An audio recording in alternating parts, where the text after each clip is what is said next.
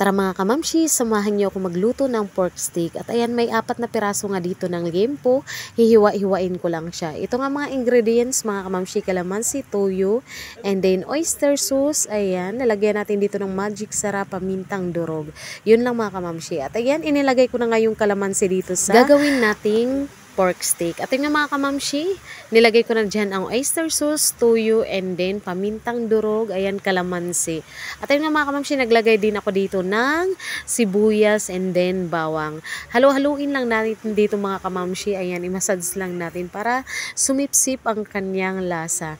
And then pag nailagay natin mga kamamshi, ayan, doon na natin imamarinate ng mga 20 minutes to 30 minutes. Depende sa inyo mga kamamshi kung gaano katagal, ayan. Mas matagal, mas malasa sa mga kamamshi. Pero mga kamamshi, hindi ko natatagalan dahil babaunin nga ito ng aking kapatid, and then syempre yung iba kakainin naman sa mga hindi pa nakakakain dito sa amin. At yun mga kamamshi, pag na-massage na natin, ayan, pwede na natin iwan ng mga ilang minutes mga kamamshi. Ayan, 20 minutes ko nga itong iiwanan dahil di na pwedeng patagalin nga, sabi ko nga, at baka malit ng aking kapatid, baka wala siyang baunin. Pagkalipas ng 20 minutes mga kamamshi, ayan, isa-isahin na natin kunin. Wag natin isali yung sabaw dahil ifa-fry na natin to mga kamamshi. Ayan, mas masarap dito sa pork steak mga kamamshi yung iprito muna ng kahit saglitan lamang na mag golden brown lang. Iba pa rin talaga mga kamamshi ang sarap, lalo na kung i-fry mo pa to, ayan, mas lalong sasarap. Pero base lamang yan mga kamamshi sa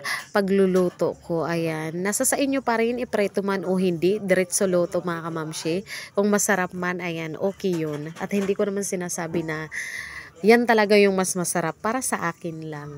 Kayo ba mga kamamshi, anong style nyo sa pagluluto sa pork steak?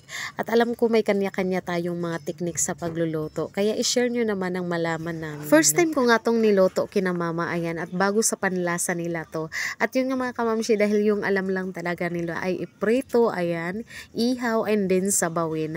At yun nga mga kamamshi, nasabi ko kay mama, sabi ko, bakit hindi ko i-pork steak na lang? Sabi niya, ano ba yun? At yun nga mga kamamshi, ito na niluto ko na nga, at nung matikman nila, ayan, nasarapan sila. At yun nga sabi niya, idagdag ko nga daw to sa lulutuin namin sa Christmas, ayan, dahil nga nasarapan siya. At yun nga mga kamamshi, super easy lang naman niya lutuin, why not? At yun nga mga kamamshi, at alam ko rin masusundan nyo rin ang step na to sa mga hindi pa nakakapag-try na magluto nito. Lalo na at napakadali lang niya lutuin. Kaya suggest ko lang sa inyo mga kamamshi, sa mga gustong mag-try nito magluto, mas masarap talaga na, ayan, i-marinate nyo ng mas matagal para mas manuot yung sarap. At ito nga mga kamamshi, nagigisa-gisa na ako ng sibuyas at bawang. And then pag okay na golden brown na mga kamamshi, ilagay na natin ang ating pork. Ayan, yung prinito natin na pork. And then, dyan na natin ilalagay mga kamamshi ang ating sauce, yung sa pinagmarinita natin ng pork. At pag nailagay na natin dito lahat mga kamamshi, ayan, ilagay na natin ang sauce na pinagmarinitan natin. And then, halu-haluin lang natin para magpantay-pantay ang lasa. At okay na mga kamamshi, ilagay na natin ang ating tubig. Ayan mga kamamshi, 1 baso ang nilagay ko dito. Ayan. Depende naman sa inyo kung gaano karami. Ayan, gusto nyo yung masabaw, okay lang yon. Nag-add ulit ako dito mga kamamshi ng magic sarap, ayan, pamintang durog, and then konting toyo lang.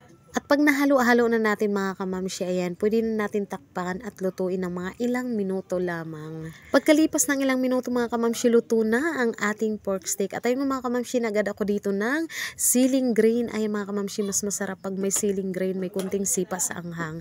Itong sibuyas nga ang ginamit ko mga kamamshi dahil ito lang naman yung available dito sa kusina. Yun lang mga kamamshi, thank you for watching. Don't forget to follow my Facebook page, Ma'am Shilaysam. Bye!